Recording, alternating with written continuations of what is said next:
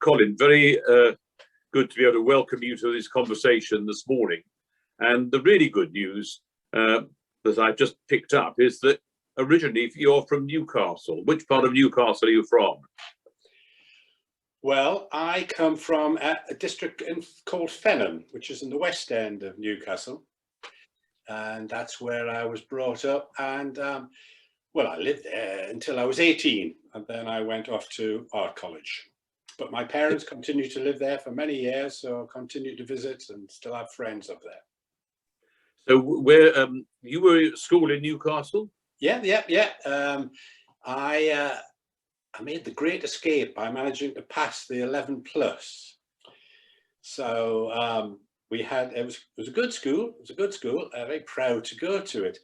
It was famous for quite a few people, but it was famous for half of the shadows originally had come from there. Hank Marvin and Bruce Welsh, a few years before me. And they did do the classic working class hero and come back to the school in a large white Rolls Royce. So that was handy. At the same time as when I was at the school, Sting was at the St. Cuthbert's across the road. So, but there were greater men than Hank Marvin. I don't know. Is anybody greater than Hank Marvin? Maybe not. Well, there you go. So which school was that? What was it called? That was Rutherford Grammar School. Right. Okay. That was a Dr. Rutherford, who I think was a Methodist or Presbyterian preacher, who came down from Scotland in about the 1890s and saw the desperate poverty in Newcastle with the drinking. And he thought he would start a school. And he famously put a fountain in Newcastle with the immortal words, "Water is best." Unfortunately, that fountain is now in what is called the Big Market. And on a Saturday night, you can usually see young girls vomiting into his fountain. If only they had read the inscription. So not everyone has taken that advice, but sounds like a very good Methodist, aphorism. Okay, and then you went down to London to St Martin's College of Art and Design. That's correct. But before that, I went to Leicester to do my foundation, because it's a wonderful thing, the foundation. It's a one-year course if you're thinking of going down to do a full degree in design. And then on that 1 year, you do all the disciplines: photography, fashion, ceramics, graphics. And gives you a chance at everything, because I've always found that you tend to specialize very early on in your careers in this country. So I had a good time in Leicester. Then you had to choose a degree course. And I always loved London, always wanted to go to London. So I just naively picked St Martin's. Well, not naively, it's a very well-known... Well, it was for me, because I didn't quite realize how important St Martin's was. It was that wonderful sort of ignorance. You just thought, well, that sounds good, so I'll go to St Martin's. Well, that's a very good decision you made, I think. So then from there, you also did some further study at the London College of Printing. Yeah, that was possibly the best thing I ever did. It was a one-year course, Certificate in Advanced Typographic Design. And it was led by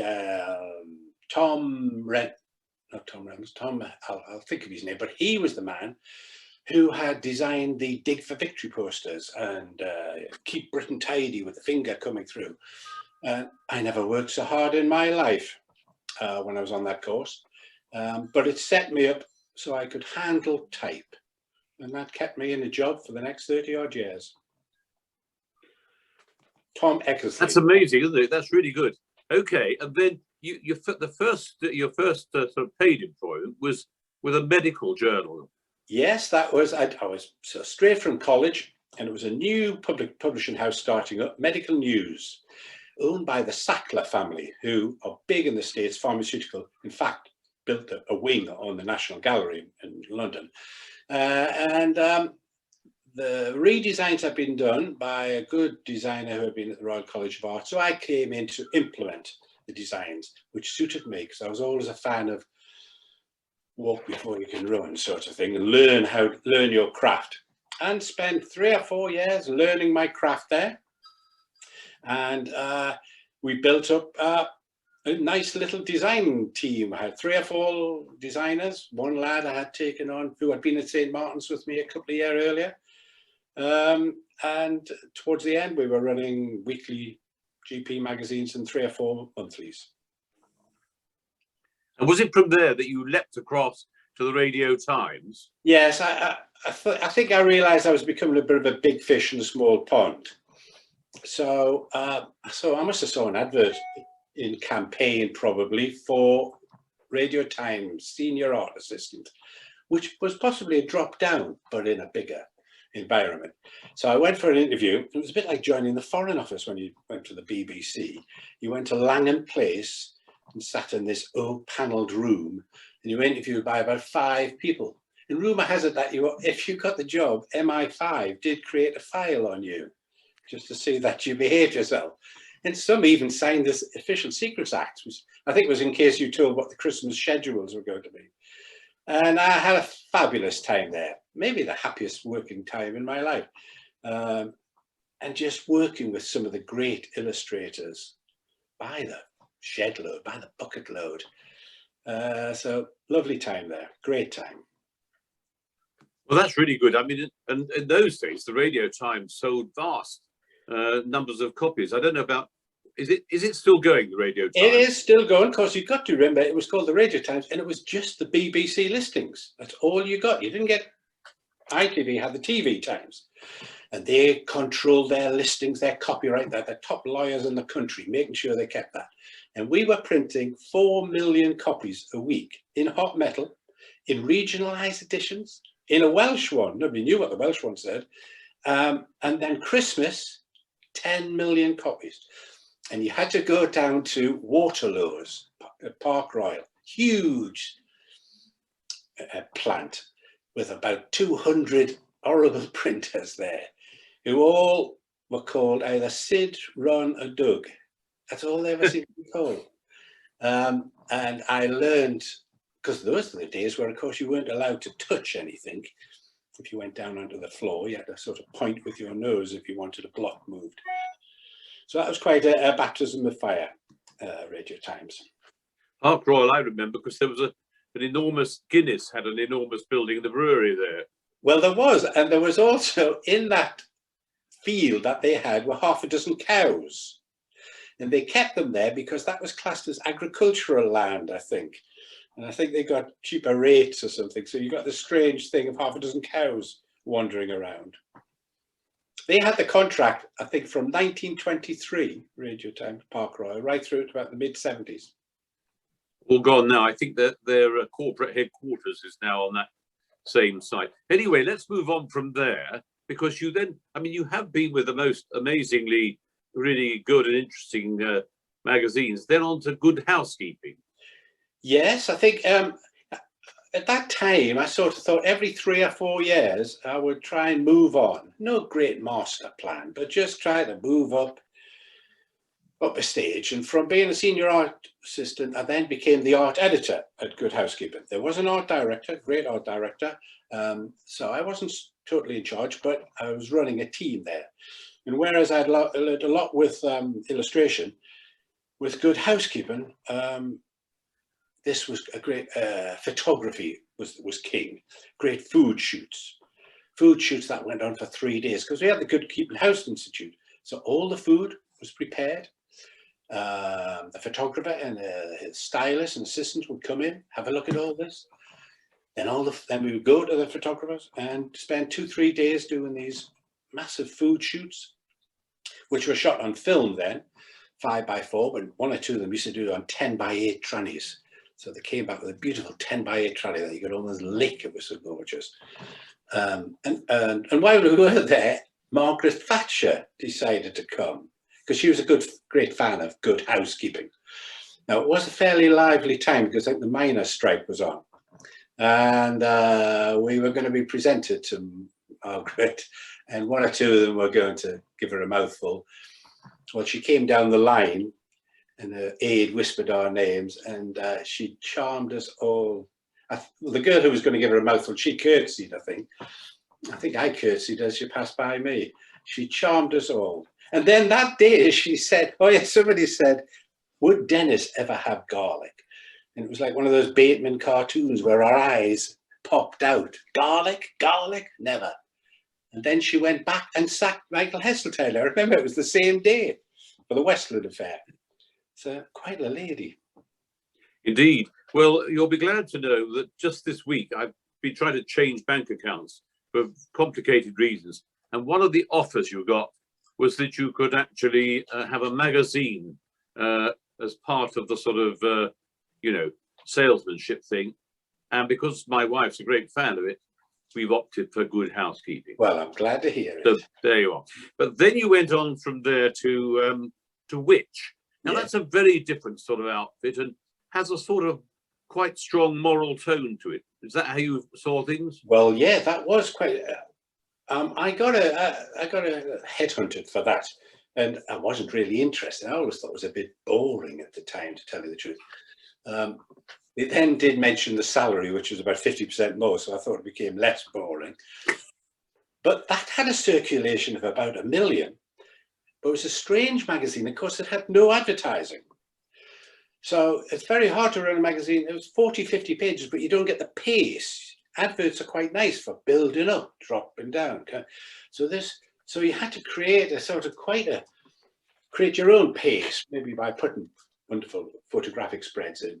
And at that time, I used to tell them, they didn't listen, but if you were recommended by Which, you were never allowed to say as recommended by Which. It was so moralistic.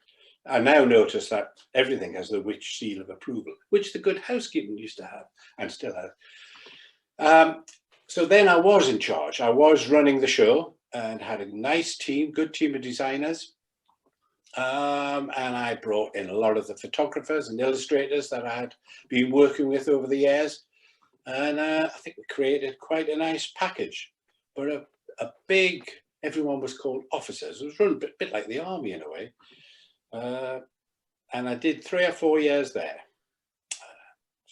And then you went on to Centaur Publishing for a long stint. Yeah. Are you still with them now or not? No. I remember having my lunch at my desk at Which, and I back at Campaign, back at Creative Review. It had the job for Centaur Communications, Group Art Director, responsible for 19 magazines, 13 events, 4. I thought, good grief, you wouldn't want that job for all the tea in China. But I did get a phone call, so I went in, and that was a big job. They had leading brands like Design Week, Creative Review, Marketing Week. There's a business-to-business publishing house, and other titles which you may never have heard of, but Money Marketing, The Lawyer, but massively, not huge circulations, but massively important. So there were art editors who looked after them.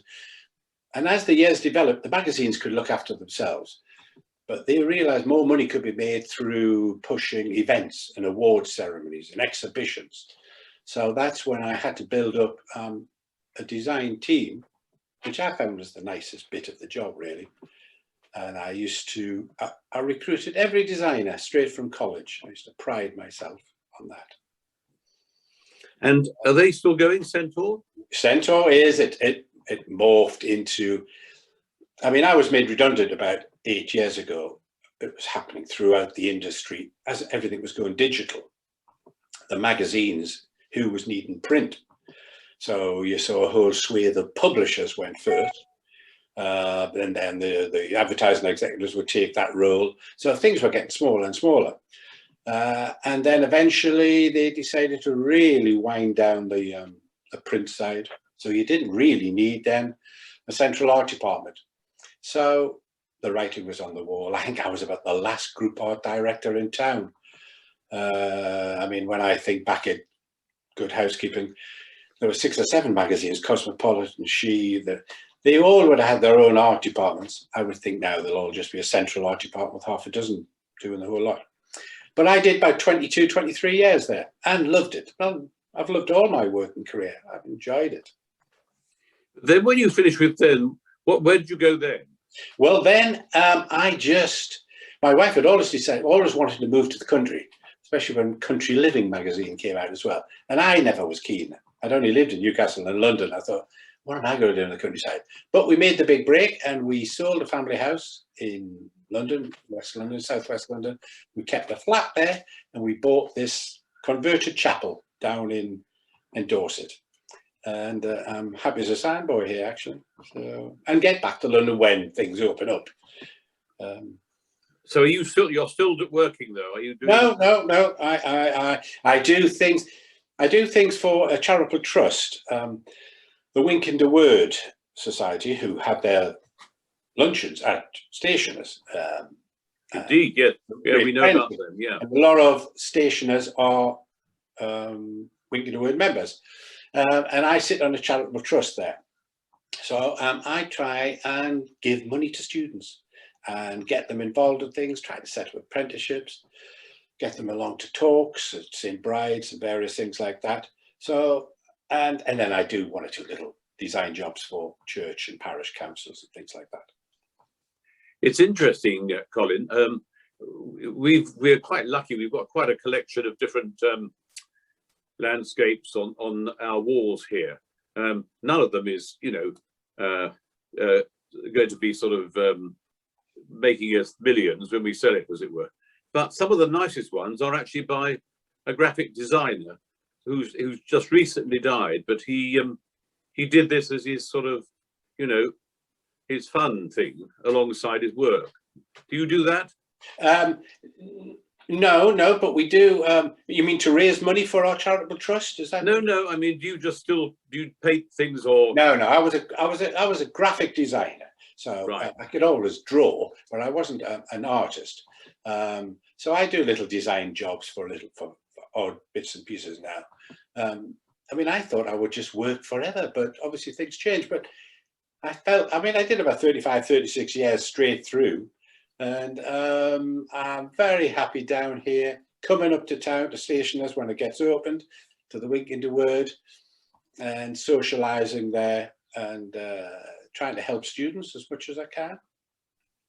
Oh, it sounds idyllic to me. I mean, yeah.